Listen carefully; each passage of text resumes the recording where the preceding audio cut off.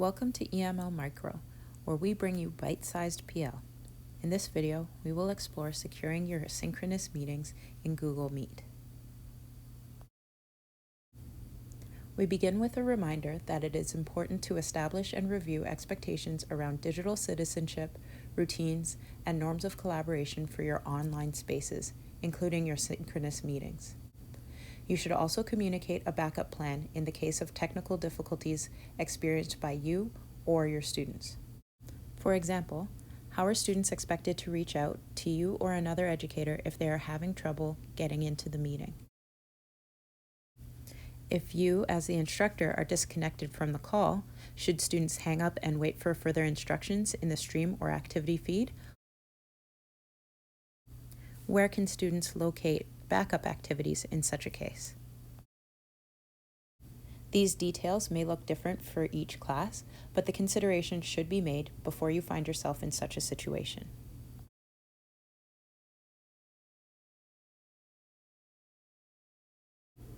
There are two secure ways to create your Google Meets. Generating a meeting link in Google Classroom, which you can choose to make visible to students or not,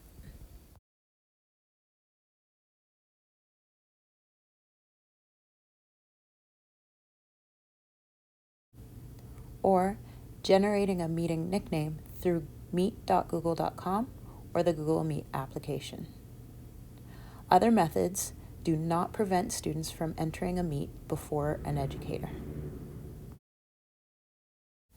It is important to note that only the first educator who enters a meeting, regardless of who organized it, will have host controls.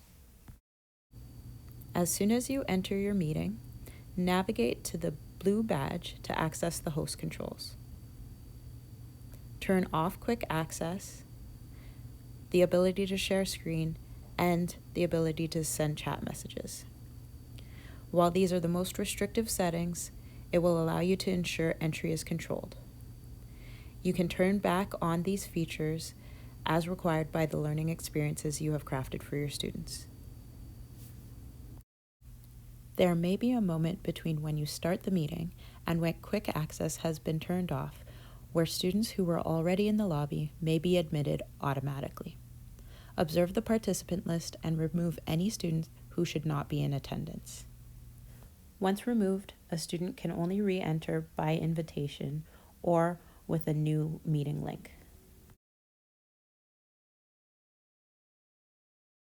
After quick access has been disabled, as students begin to join, you will see a dialog box pop up. Students will be identified by their initials, homeroom, student number, and school as they are in Google Classroom. Referencing your class list, admit or deny students as required. Students requesting access using outside of PDSB accounts should never be admitted. This includes students using their own personal accounts or parent-guardian accounts. As addressed earlier, students should know how to reach out should they have difficulty joining with their pdsb.net accounts or other technical difficulties.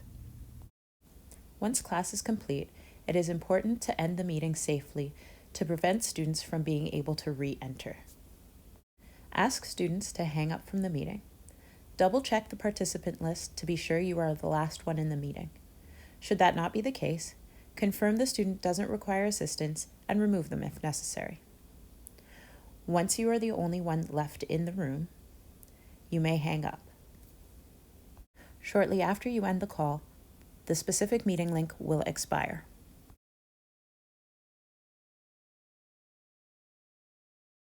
Should an incident occur where an unknown user gains entry and/or inappropriate content is shared, remove the individual. Ensure that quick access is turned off and turn off screen sharing and the chat. Gather as much information as possible, including the time of the incident, and if possible, take a screenshot. Then, inform your school administrator. After any incident, you should reset your meeting link in Google Classroom or set up a new nickname directly through Meet.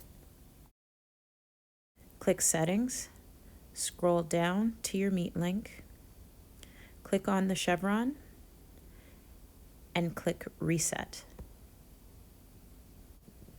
The link through Classroom will now be updated.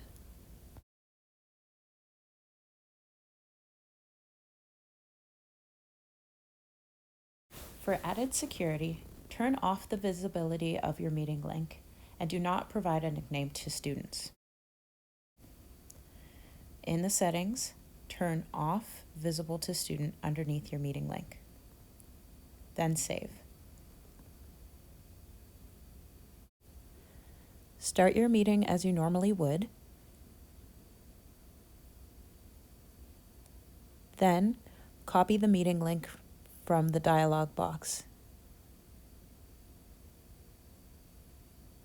or from the address bar.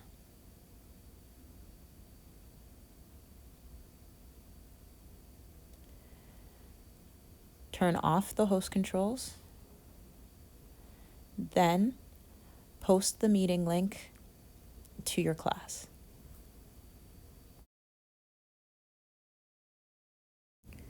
For information on how to take a screenshot, as well as additional functions in Google Meet, please visit these bit.lys.